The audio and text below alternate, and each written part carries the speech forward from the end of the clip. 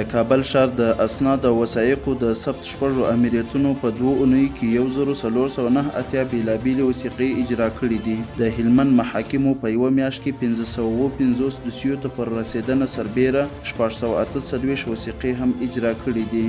د سترې محکمې د قضایي تفتیش عمومي ریاست په یوه میاشت او 20 ورځو کې د هیوادوالو 100 شکایتونو ته رسېدنه کړې ده. د ننګرهار محاکمو په 2 اونیو کې 444 دوسیو ته پر رسېدنه سربیره 145 وثیقې هم اجرا کړي دي. د سترې محکمې د جزا دیوان عمومي رئیس سمنګان ولایت ته سفر وکړ.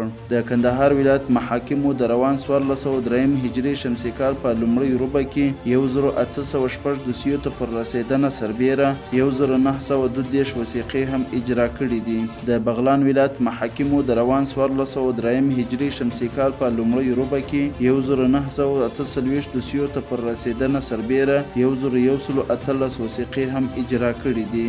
د سترې محکمې د جزا دیوان عمومي رئیس کندوز ولایت ته د سفر پر مهال 15 مهمې جزایي دوسیې نهایي کړي. د بدخشان ولایت محاکمو د روان 1403 هجري شمسي کال په لومړۍ روبه کې 1303 دوسیو ته پر رسېدنه سربیره 1022 وثیقې هم اجرا کړي دي.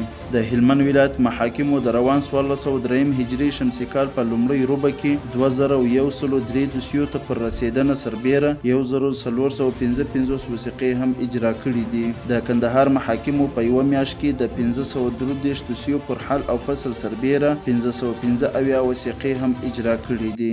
د بادغیس محاکمو په یوه میاشت کې 404 دوسیو ته پر رسېدنه سربیره 342 وثیقې هم اجرا کړي دي. د دایکنډي محاکمو په 2 اونیو کې 50 دوسیو ته پر رسېدنه سربیره 190 وثیقې هم اجرا کړي دي.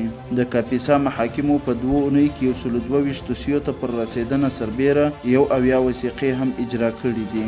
په زابل، هلمند، غزني او خوست ولایتونو کې 60 تنه متهمینو ته تعزیري سزا ورکړل شوه.